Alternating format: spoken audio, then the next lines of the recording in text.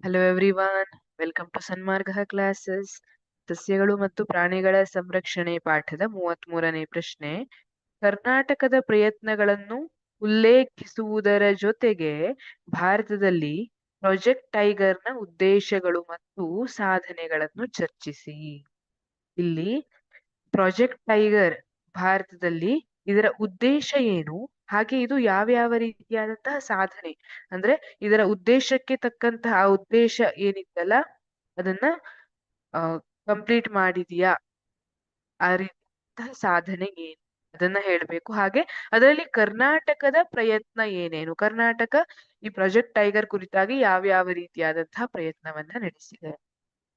ಹಾಗಿದ್ರೆ ಭಾರತದಲ್ಲಿ ಪ್ರಾಜೆಕ್ಟ್ ಟೈಗರ್ನ ಉದ್ದೇಶಗಳೆಂದರೆ ಹುಲಿಗಳ ರಕ್ಷಣೆ ಮತ್ತು ಅವುಗಳ ಸಂಖ್ಯೆಯನ್ನು ಕಾಯ್ದುಕೊಳ್ಳುವುದು ಅಲ್ವಾ.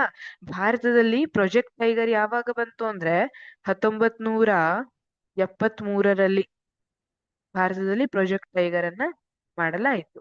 ಈ ಪ್ರಾಜೆಕ್ಟ್ ಟೈಗರ್ನ ಉದ್ದೇಶ ಅಂದ್ರೆ ಹುಲಿಗಳನ್ನ ರಕ್ಷಣೆ ಮಾಡುವಂತ, ಅವುಗಳ ಸಂಖ್ಯೆಯನ್ನ ಕಾಯ್ದುಕೊಂಡು ಅವುಗಳಿಗೆ ಸುರಕ್ಷಿತ ವಾಸಸ್ಥಳಗಳನ್ನು ಒದಗಿಸುವುದು. ನಿಮಗೆ ಗೊತ್ತು, ಹುಲಿ ಬೇಟೆ ಅಲ್ವಾ, ಹುಲಿ ಚರ್ಮಕ್ಕಾಗಿ ಉಗುರಿಗಾಗಿ ಎಲ್ಲ ಹುಲಿ ಬೇಟೆಯನ್ನ ಅಕ್ರಮವಾಗಿ ನಡೆಸ್ತಾರೆ. ಹಾಗಾಗಿ ಅವುಗಳಿಗೆ ಸುರಕ್ಷಿತ ಪ್ರದೇಶವನ್ನ ಒದಗಿಸುವುದು ಕೂಡ ಬಹಳ ಮುಖ್ಯವಾಗಿರುತ್ತೆ. ಪ್ರಾಜೆಕ್ಟ್ ಟೈಗರ್ ಅವುಗಳಿಗೆ ಸುರಕ್ಷಿತ ವಾಸಸ್ಥಳಗಳನ್ನ ಒದಗಿಸುವುದರ ಬಗ್ಗೆ ಗಮನ ಹರಿಸುತ್ತೆ. ಹಾಗೆ ಇಲ್ಲಿವರೆಗೆ 2025ರವರೆಗೆ ಏನಿದೆ, ಒಟ್ಟು ಭಾರತದಲ್ಲಿ 58 ಸಂರಕ್ಷಿತ ವಲಯಗಳನ್ನ ಸ್ಥಾಪಿಸಿದ್ದಾರೆ. 2025ರವರೆಗೆ 58 ಹುಲಿ ಸಂರಕ್ಷಿತ ವಲಯಗಳನ್ನ ಸ್ಥಾಪಿಸಿದ್ದಾರೆ ಅಂತ ಹೇಳ್ತಾರೆ. ಹಾಗಿದ್ರೆ ಇದರಲ್ಲಿ ಕರ್ನಾಟಕದ ಪ್ರಯತ್ನ ಏನು ಅಂತ ನೋಡಿದ್ರೆ, ಭಾರತವು ಹಲವಾರು ಅಭಯಾರಣ್ಯಗಳನ್ನು ಸ್ಥಾಪಿಸಿ ಹುಲಿಗಳ ಸಂಖ್ಯೆಯ ಗಣನೀಯ ಏರಿಕೆಗೆ ಕಾರಣವಾಗಿದೆ.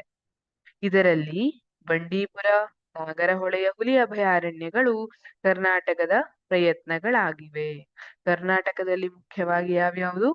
ಬಂಡೀಪುರ, ನಾಗರಹೊಳೆ ಈ ಹುಲಿ ಅಭಯಾರಣ್ಯಗಳಿವೆ. ಇವು ಕರ್ನಾಟಕದಲ್ಲಿ ಕಂಡು ಬಂದಿರುವಂತದ್ದು. ಪ್ರಾಜೆಕ್ಟ್ ಟೈಗರ್ಗೆ ಈ ರೀತಿಯಾಗಿ ಇವು ಸಹಾಯಕವಾಗಿದೆ.